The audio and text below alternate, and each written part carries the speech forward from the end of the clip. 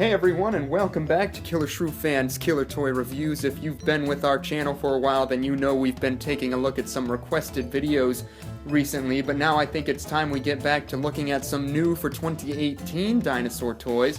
Today's figure is, of course, this guy, the Safari Ltd. Anzu Wyliei, new for 2018.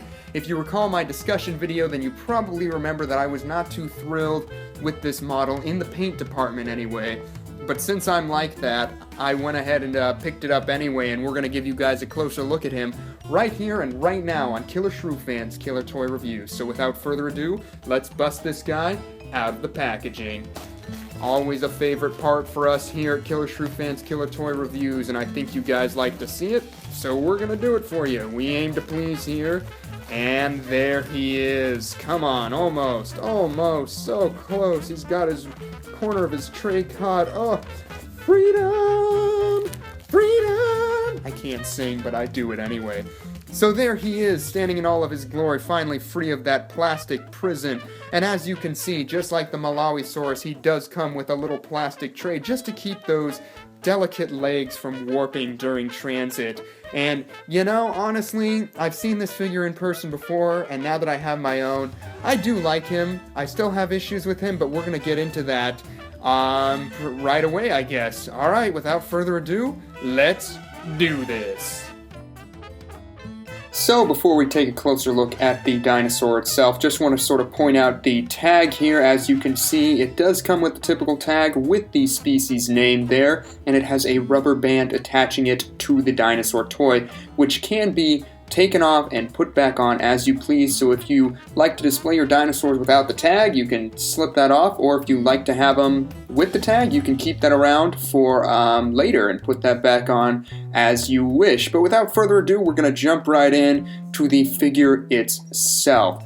So as you can see, this Anzu Wyliei is very, very colorful, but we're going to talk about the color here in a bit. As far as sculpture goes, you can see it's got varying styles of feathering laying across the entire body.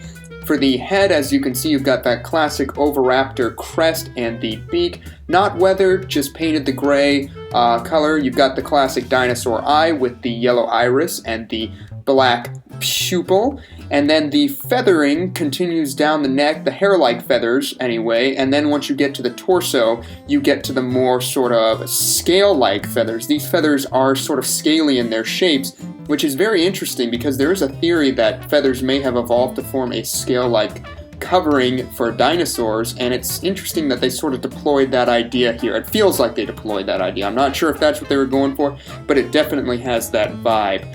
These sort of scaly feathers continue all the way down to the tail, where you've got a nice fan of blue feathers coming out from under a red sort of hair-like fluff, and you can get an idea of the detail sculpted into those feathers. It's very gorgeous.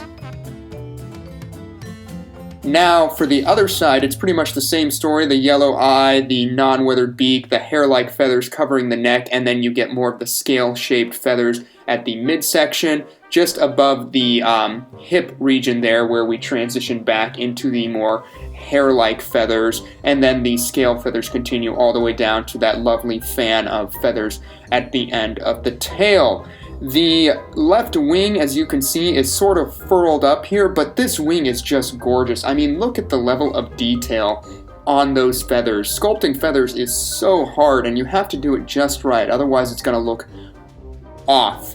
My only issue with this arm in general is that it feels like that little area just under the furled up wing there should be painted red, and we'll tell you why in a minute here, but just look at the detail on those individually sculpted feathers and how they layered it. Layering is so important when sculpting feathers, and they did it so well here. This looks like a legit wing, and it's beautiful. You can see the hands have been sculpted there, the palms, and then the back of the fingers do not have plate scaling, which is a little uncharacteristic of these dinosaur figures.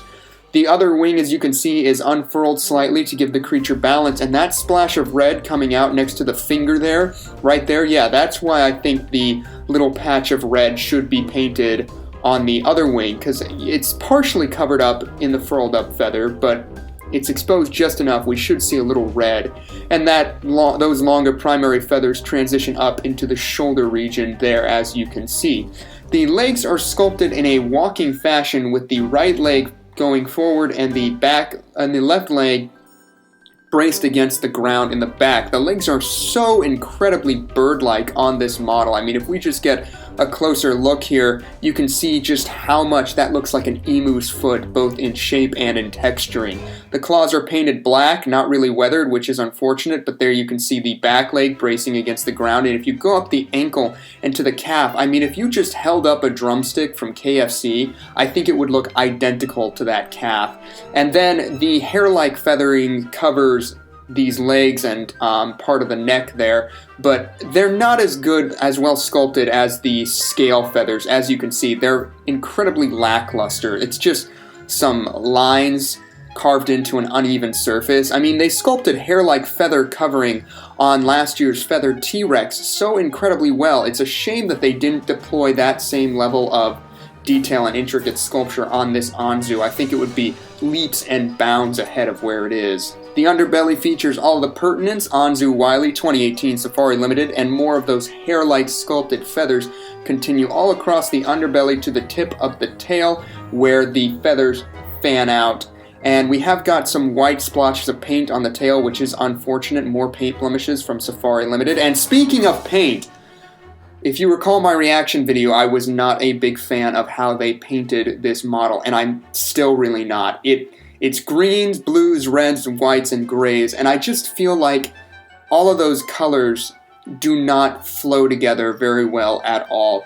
And I'll explain why in a minute, but if you took away the blue, this would be a Christmas dinosaur, so I feel like they threw the blue in as something to do to sort of make it less of a Christmas-themed dinosaur figure, which is not really worth it, you know.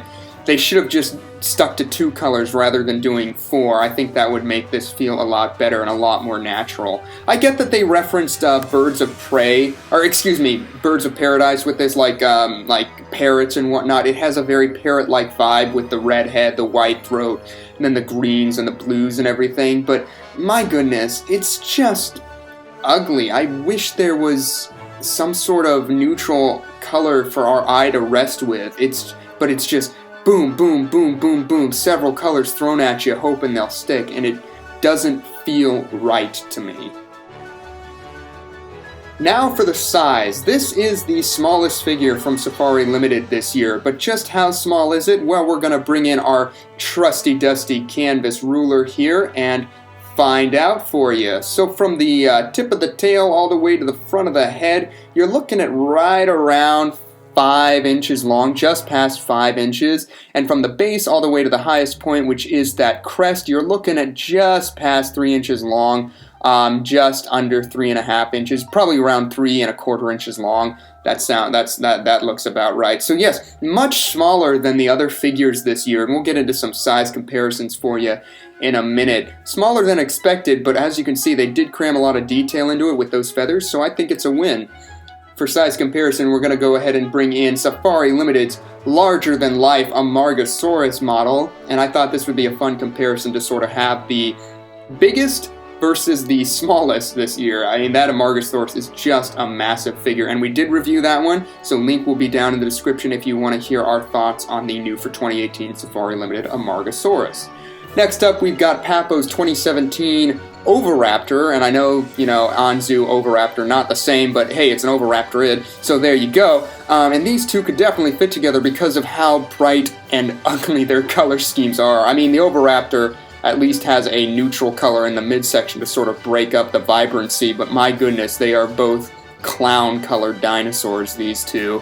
And next up, we're going to bring in the beautiful Carnegie male Oviraptor, and this is a beautiful figure, and it's also beautifully painted. You can see it's got very colorful areas with the blue and red face and the yellow crest and then the red and orange wings, but then you've got a neutral and more relaxed color at the midsection, which gives your eyes a chance to rest, versus the Anzu, where they just threw random colors at it hoping they would stick. And I know it works for some people, it doesn't really work for me. I think the Oviraptor from Carnegie is a much better way to go about painting vibrant colors on a dinosaur.